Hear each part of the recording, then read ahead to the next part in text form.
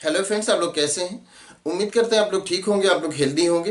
Friends, आज एक question है कि ब्रॉड स्पेक्ट्रम एंटीबायोटिक और नैरो स्पेक्ट्रम एंटीबायोटिक, इसमें डिफरेंस क्या होता है। तो ये जो एंटीबायोटिक्स होते हैं, इन्हीं को दो तरह से क्लासिफाई किया गया है। एक ब्रॉड स्पेक्ट्रम एंटीबायोटिक्स, एक नैरो स्पेक्ट्रम एंटीबायोटिक्स। एंटीबायोटिक्स हम जानते हैं कि एंटीबायोटिक्स का काम ये होता है कि वो माइक्रोब्स को किल करते हैं। एंटीबायोटिक, बायोटिक मतलब जो लिविंग है, तो वो उसके एंटी काम करते हैं, मतलब उसको किल करते हैं। कई बार ये होता है कि हमें जब हम बीमार पड़ते हैं, इन्फेक्शन किसी माइक्रोब्स का होता है, तो हम एंटीबायोटिक लेते हैं और एंटीबायोटिक से फिर वो माइक्रोब्स किल हो जाते हैं। तो एंटीबायोटिक्स दो कैटेगरीज में डिवाइड किए गए, एक ब्रॉड स्पेक्ट्रम, एक narrow spectrum. Broad spectrum antibiotic वो एंटीबायोटिक होता है जो बहुत तरह के माइक्रोब्स को किल कर सकता है, बहुत सारे बैक्टीरियाज को किल कर सकता है, चाहे वो ग्राम पॉजिटिव बैक्टीरिया हो, ग्राम नेगेटिव बैक्टीरिया हो। तो इन सारे बैक्टीरियाज को या माइक्रोब्स के अलग अलग ग्रुप को, जो बहुत सारे माइक्रोब्स को किल करे, या बहुत सारे जो बैक्टीरियाज के ग्रुप हैं या माइक्रोब्स हैं उन पे अपना इफेक्ट डाले, तो उसको कहते हैं ब्रॉड स्पेक्ट्रम एंटीबायोटिक्स।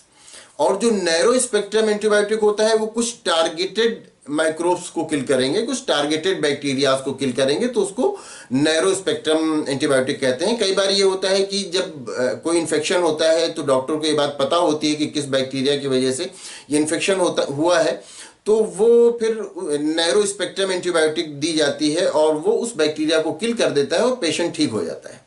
लेकिन कई बार ये होता है कि उसमें ये इतना ज़्यादा आइडिया नहीं होता कि किस बैक्टीरिया ने अटैक किया होगा, तो फिर और वो पेशेंट को कुछ नैरो स्पेक्ट्रम एंटीबायोटिक्स दे करके फिर ट्राई किया जाता है और वो पेशेंट नहीं ठीक होता है, तो फिर उसको ब्रॉड स्पेक्ट्रम एंटीबायोटिक दे दिया जाता है, जिससे ये होता है कि कोई भी बैक्टीरिया होगा या कोई भी एंटीबायोटिक हो, कोई भी जो माइक्रोब्स होगा उसको एंटीबायोटिक किल कर देगा और पेशेंट ठीक हो जाएगा।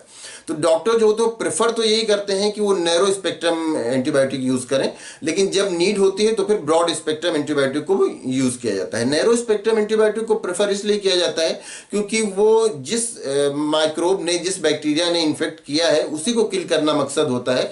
बहुत सारे माइक्रोब्स जो होते हैं वो हमारे लिए यूजफुल भी होते हैं, तो इसलिए पहले नैरो स्पेक्ट्रम एंटीबायोटिक दी जाती है। जब उसका इफेक्ट अगर नहीं होता है, उससे बैक्टीरिया नहीं किल हो रहा है, उससे उसका इफेक्ट नहीं हो रहा है, उससे पेशेंट नहीं ठीक हो रहा है, तब ब्रॉड स्पेक्ट्रम एंटीबायोटिक को ट्राई किया जाता है। तो उम्मीद करते हैं ब्रॉड स्पेक्ट्रम एंटीबायोटिक क्या होता है और नैरो स्पेक्ट्रम एंटीबायोटिक क्या होता है, इन दोनों का डिफरेंस आप अच्छी तरह समझ गए होंगे। आप एंटीबायोटिक के बारे में और कुछ जानना चाहते हैं तो उसकी लिंक आपको इन स्क्रीन पे वीडियो की लिंक मिल जाएगी, तो आप उसको देख लीजिएगा तो आपको समझ में आ जाएगा कि एंटीबायोटिक्स क्या होते हैं और एंटीबायोटिक्स वायरसेस पर किस तरह इफेक्ट डालते हैं और बैक्टीरिया पर किस तरह इफेक्ट डालते हैं। इसका भी वीडियो आपको मिल जाएगा, इन स्क्रीन पे उसकी लिंक मिल जाएगी। तो अगर इस वीडियो में आपको कोई कंफ्यूजन है या किसी तरह का कोई और क्वेश्चन है तो आप पूछ सकते हैं। Thank you.